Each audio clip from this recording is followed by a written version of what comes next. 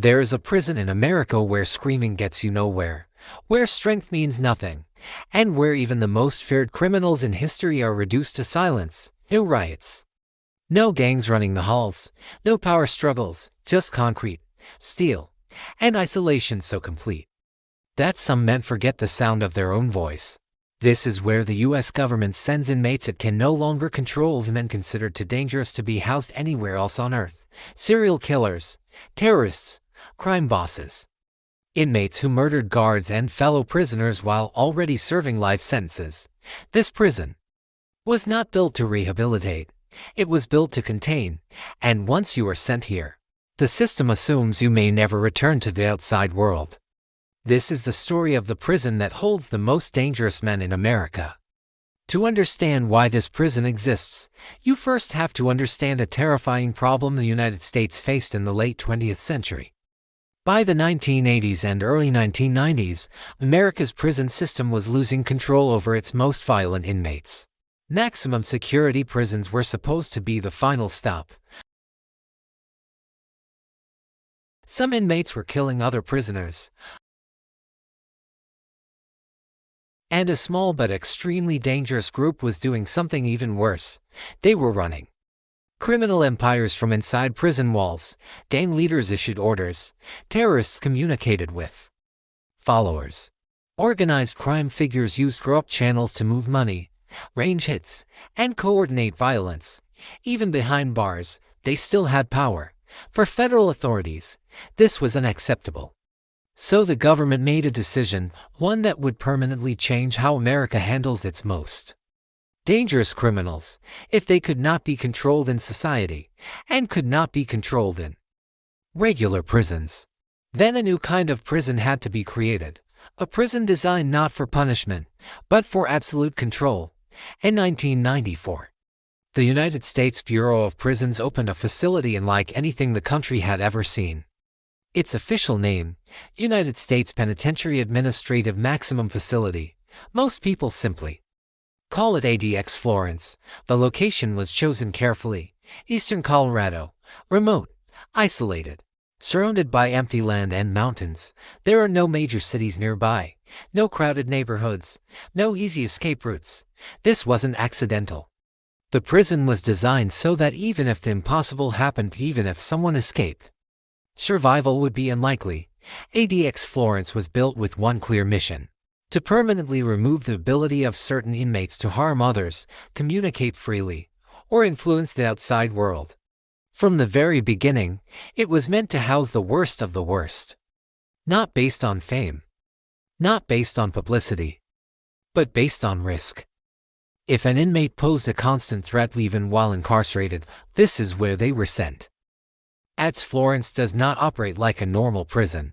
There are no open cell blocks, no shared recreational yards, no cafeterias filled with noise. Instead, the entire facility is built around extreme isolation. Most inmates spend 20 to 23 hours per day alone in their cells. The cells themselves are small and intentionally uncomfortable. Concrete walls, a concrete bed, a concrete desk molded into the wall. Even the sink and toilet are made of stainless steel designed to prevent damage or weaponization. There are no bars on the doors. Instead, solid steel doors seal inmates in, cutting them off from nearly all human interaction. The windows are narrow and positioned so inmates cannot determine where they are. They can't see roads. They can't see landmarks. They can't see other prisoners. This design isn't about cruelty, it's about eliminating opportunity. Opportunity to communicate, opportunity to coordinate, opportunity to cause harm. Every movement inside ADX Florence is calculated, every sound is monitored, every interaction is controlled. Imagine a place where your entire world shrinks to the size of a parking space. This is the reality for inmates at ADX Florence, America's most secure supermax prison. Here, the cell isn't just a room. It becomes the universe. Each one measures roughly 7 by 12 feet. The bed, the desk, the walls all made of cold and moving concrete. Days melt into weeks, weeks into years, all within these four walls. Meals are a solitary affair. Food is passed through a small slot in the door by guards trained to keep interaction to a minimum. There are no dining halls, no shared tables, just the quiet hum of solitude. Even exercise is an isolated event. Inmates are led, often in restraints, to what some former prisoners call recreation cages. These are small concrete enclosures with a view of the sky. No equipment, no games, no one to talk to. Just you and your thoughts. For many, this profound isolation is a punishment far harsher than anything physical. We are social creatures by nature, and when you strip away human contact, the mind starts to fray. Some inmates talk to themselves just to break the silence. Others create rigid routines, counting cracks in the walls, pacing back and forth, anything to keep their minds occupied. The sensory deprivation is immense, sound is muffled, visuals are monotonous, and human interaction is almost non-existent. Mental health experts have sounded the alarm for years about the psychological toll of such conditions. Inmates have reported severe anxiety, depression, memory loss, and a kind of emotional numbness that makes it hard to feel anything at all. Some struggle to even hold a conversation when they finally get the chance. The Bureau of Prisons maintains that the inmates at ADX are too dangerous for any other environment, and that they receive regular mental health monitoring. But this raises a critical question. Is this level of isolation a necessary security measure, or does it inflict a unique and irreversible form of harm? Lawsuits and investigations continue to challenge the system, but for the men inside ADX Florence, the silent and changing routine remains their entire existence. The debate rages on. But inside these concrete walls, time just keeps ticking by. Ever wonder what happens to the most dangerous individuals in the federal prison system? They don't just go to any maximum security facility. They go to a place built to contain the uncontainable, ADX Florence. America's only federal supermax prison. Getting sent to ADX Florence isn't about fame or notoriety. It's about being classified as an extreme risk. These are individuals who federal assessments say cannot be safely housed anywhere else. Some were transferred here after committing violent acts inside other prisons.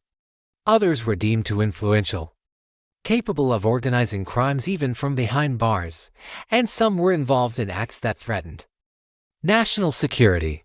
What unites them isn't their reputation on the outside, but the danger they pose on the inside. Inside ADX Florence, fame has no value. Inmates are identified by numbers, not names. Their movements are severely restricted, and all communication is heavily monitored. The goal is simple: completely remove their ability to influence, intimidate, or harm anyone, inside or outside the prison walls. This is why ADX Florence is often described less as a prison and more as a high-tech containment facility. The entire environment is engineered to neutralize threats. Life inside ADX follows a schedule that is absolute and unyielding. Lights turn on at the exact same time every morning. Meals are delivered through a small slot in the cell door at fixed times. Any movement outside the cell, which is rare, happens only under heavily armed escort. Every single action is planned, and every interaction is logged. Inmates are searched frequently, and their cells are inspected with meticulous regularity. Surveillance is constant and total. There are no blind spots. This rigid structure is intentional. Chaos thrives on unpredictability, so ADX Florence is designed to eliminate it entirely. For the guards, the environment is just as intense. Correctional officers at ADX go through specialized training, knowing that even the smallest mistake could have catastrophic consequences. This prison demands absolute discipline from everyone who sets foot inside, whether they're there for a life sentence or an 8-hour shift. It's a world built on control, where every second is accounted for. Is a life sentence at ADX Florence truly for life? It's a question that gets asked a lot, and the answer is complicated. On paper, there's a path out. Inmates at the nation's most secure federal prison can theoretically earn a transfer to a lower security facility. The key word here is theoretically. This isn't about just keeping your nose clean for a few months. We're talking about years, sometimes decades, of absolutely flawless conduct. Every action is scrutinized, It requires passing numerous psychological evaluations and getting a green light from multiple layers of prison authorities.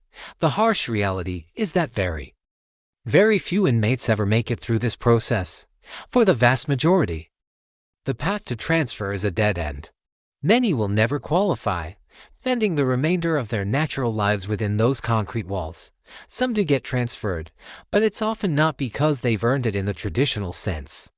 These transfers are typically due to old age or severe, debilitating health conditions, where they no longer pose a physical threat.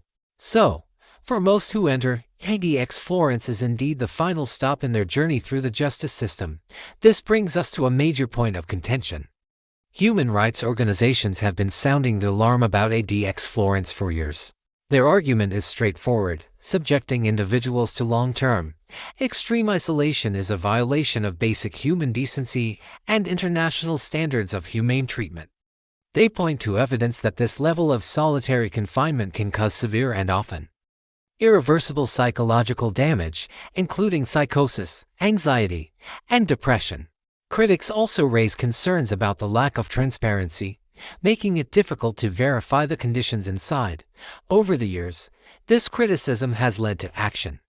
There have been numerous lawsuits challenging the prison's conditions. Investigative journalists have worked to pull back the curtain on its practices, and lawmakers have debated potential reforms. But through it all, the government has largely maintained its stance. The official position is that ADX Florence, and the extreme measures it employs, are a necessary last resort. It houses individuals deemed so dangerous that no other facility in the federal system can safely contain them. The prison wasn't built for comfort or rehabilitation. It was designed with one singular, overarching goal: to ensure public safety by neutralizing the most significant threats. Despite a storm of criticism, ADX Florence continues to operate with an iron grip. To this day, there have been 0 successful escapes. No major riots have ever broken out. The system has never experienced a breakdown in control. From a purely security-focused perspective, it is undeniably effective. This facility represents the absolute extreme of criminal containment, a place society created for when all other measures have completely failed. It serves as a chilling reflection of just how dangerous some individuals can become, and just how far the system is willing to go to neutralize that threat. ADX Florence was never designed to be a place of redemption or rehabilitation. It is, and always has been, a place of final control. It is a prison where every ounce of power is systematically stripped away from the inmates, where their voices are effectively silenced, and where time itself seems to stretch into an endless, monotonous horizon. It's a place where the concept of freedom is not just absent, it's erased. For the men inside, their world shrinks to the size of a concrete box, a reality they must face day after day, year after year, sometimes for the rest of their lives. The psychological toll is immense, leading many to question the very nature of this type of punishment. Is it a necessary evil to protect the public, or is it a step too far, a violation of fundamental human dignity? This debate is at the heart of ADX Florence's legacy. Whether you view it as a grim necessity in a world with unimaginable threats or as an inhumane institution that breaks the human spirit, its existence cannot be ignored. It stands as one of the most extreme, controversial, and secure prisons ever constructed in the United States. It is a monument to control, a fortress designed to hold those whose society has deemed uncontrollable. If this documentary held your attention and made you think, please like this video. It's a simple click, but it tells the YouTube algorithm that this story matters and that more people should see it. And if you want to dive deeper into more real crime documentaries, prison investigations, and true stories that you won't hear anywhere else, be sure to subscribe to the channel and hit that notification bell. Thank you for watching.